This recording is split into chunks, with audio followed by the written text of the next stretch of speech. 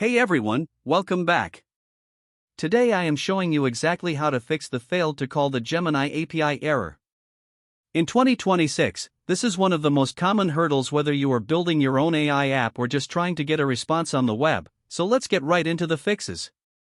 First, you should check your connection and authentication if you are a regular user on gemini.google.com.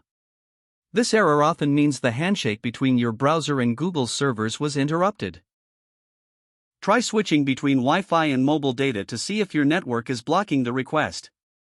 If that doesn't work, log out and log back into your Google account. This forces a refresh of your authentication token, which is a classic fix for failed to call glitches. You should also try incognito mode to ensure an ad blocker or VPN extension isn't accidentally killing the API call in the background. Next, you need to verify your API key and quotas if you are a developer using Python, Node, JS, or Google AI Studio. Head over to the Google AI Studio dashboard and make sure your API key is still active and hasn't expired.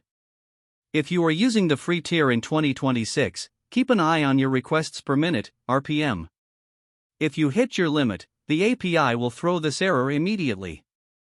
To fix this, implement an exponential backoff strategy in your code, which tells your script to wait a few seconds before retrying the call after a failure.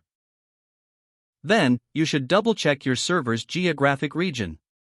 The Gemini API isn't available in every country, and if your backend, like an AWS, Heroku, or Versal instance, is hosted in an unsupported region, your API calls will fail every time. You may need to migrate your server to a supported region or use a proxy to route the requests correctly. Also, make sure your SDK is up to date by running pip install Google Generative AI or the equivalent for your language, as Google frequently pushes updates to the 2026 models that require the latest library versions. Fin.